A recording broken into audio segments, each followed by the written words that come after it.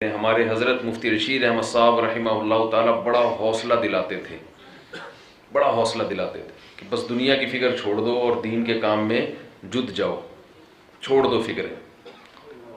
तो अल्लाह ने फ़िक्रें छोड़ दी। अब मैं जब दुनिया के असफ़ार शुरू हुए तो मैं ख़ुद हैरान होता हूँ कि मैं कब कहाँ हूँगा, कुछ पता नहीं होता।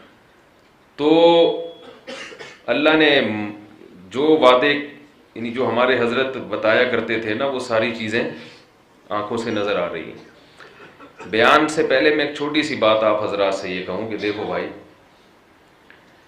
अभी हज़रत मौलाना तैयब साहब ने यहाँ जिस मदरसे में अभी हम बयान कर रहे हैं, मैंने सुबह भी इन हजरात से पूछा कि भाई पूरा आलिम का भी कोई यहाँ पर कोर्सेज करवाए जा रहे हैं कि नहीं करवाए जा रहे, क्योंकि जिस इलाके में दीनी मदरसे होंगे वहाँ के मकामी लोग जब आलिम बन के फ़ारिग होंगे तो वो जिस तरीके से काम कर सकते हैं कोई दूसरा नहीं कर सकता। तो इन्होंने बताया कि माशाअल्लाह यहाँ पर दरस निज़ामी के मदारिस शुरू हो चुके हैं।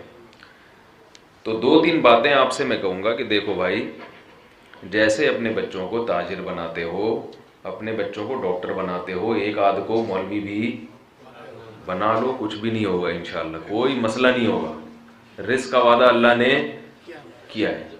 हमें भी ये होता था पता नहीं खाएंगे कहाँ से। जब मदरसे में आए तो सबसे हर वक्त रिश्तेदारों की तरफ से ताना। मेरे सारे रिश्तेदार अल्हम्दुलिल्लाह एजुकेटेड हैं, कोई बिजनेसमैन है, कोई डॉक्टर है, कज़न में डॉक्टर भी हैं, फीमेल डॉक्टर्स भी हैं, मेल डॉक्टर्स भी हैं, एक आर्मी में कैप्टन भी हैं, कर्नल भी हैं, सब अच्छे ख़ानदान के अल्हम्दुलिल्लाह। अच्छे से मुराद हाई प्रोफाइल, क्योंकि आजकल लोग यूट्यूब की गलतियों को बहुत पकड़ते हैं। अच्छे से वो कहते हैं क्या मतलब, जो पढ़े लिखे नहीं वो अच्छे नहीं हैं।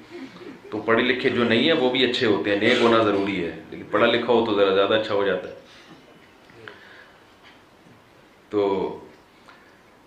तो मैं जब आया इस लाइन की तरफ तो बड़ा एतराज़ होता था, खाओगे कहाँ से।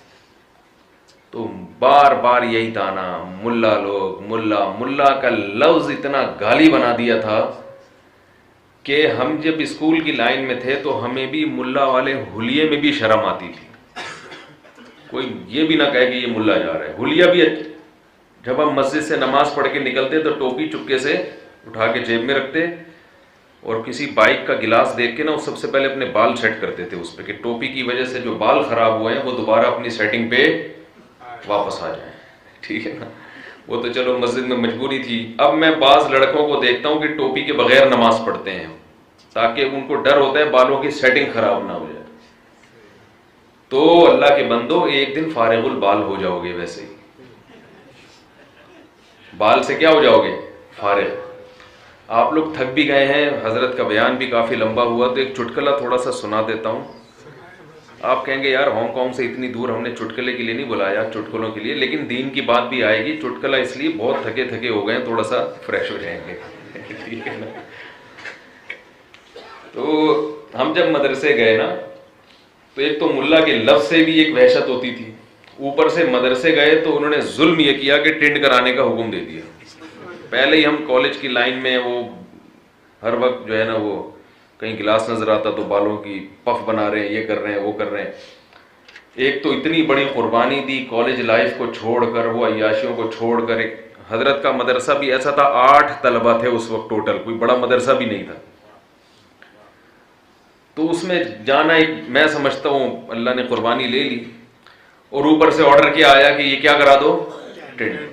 अब बड़ा तबीयत पे शाप गुजरा। घर में जाएंगे तो घर वाले और मजाक उड़ाएंगे, लोग भी, दोस्त अहबाब भी, यार हम ये क्या बना के। इसलिए मैं मदरसों में टेंट कराने के बहुत ज़्यादा खिलाफ हूँ। और ये जो मैंने बाल रखे थे ना 8-10 साल, जुल्फें, ये उस टेंट के एहतजाज में रखी थी। जैसे ही मदरसे से फारिग हुए बाल छोड़ दी। लेकिन क्योंकि गंजों का मजाक उड़ाया तो उसकी सजा है कि आज मैं खुद खैर वो टेंट तो मैंने कराई, दोबारा रख लेंगे बाल इंशाल्लाह। तो उन दिनों में जब हम रोजाना यानी हर थोड़े दिन के बाद ऑर्डर आता था कि टेंट करा लो, तो एक दिन मैं अफसरदा बैठा हुआ था, तो एक तालिब इल्म था, उसने मुझे एक शेर सुनाया तो बड़ी तसल्ली हुई।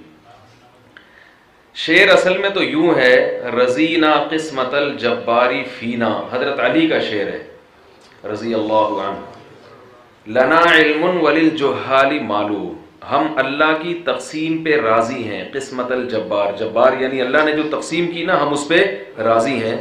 लना इल्मुन, कि अल्लाह ने हमें इल्म दिया।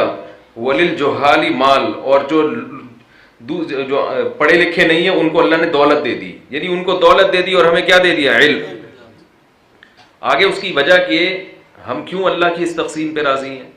फ़इन्नल माल यफ़ना अन क़रीबिन व इन्नल इल्म यबक़ा ला यज़ालु, इसलिए कि माल अन करीब फना होने वाला है और इल्म हमेशा बाकी रहने। तो असल शेर यूं था, तो उस तालिब इल्म ने इसको चेंज किया।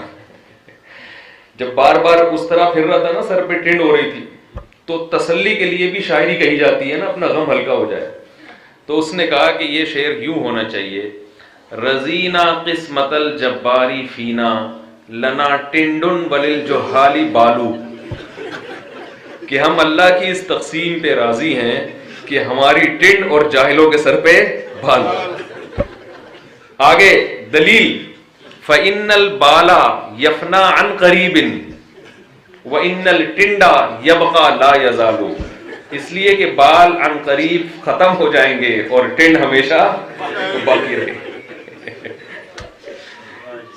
टिंड हमेशा क्या रहेगी? बाकी रहेगी। तो खैर, हम जब मदरसे की तरफ आए तो टिंड की कुर्बानी भी, तो मदारिस वालों को एक, मैं तो छोटा मुंह बड़ी बात हो जाएगी, ये टिंड का सिस्टम अगर ख़त्म कर दिया जाए तो ऐन मुनासिब होगा। एक तो लोग वैसे ही दीन से दूर हैं, ऊपर से अजीब से होली को देखकर और दहशत होती है कि ऐसा ना बन जाए, हम कहीं नेक बन के ऐसा ना बनना पड़े हमें भी। तो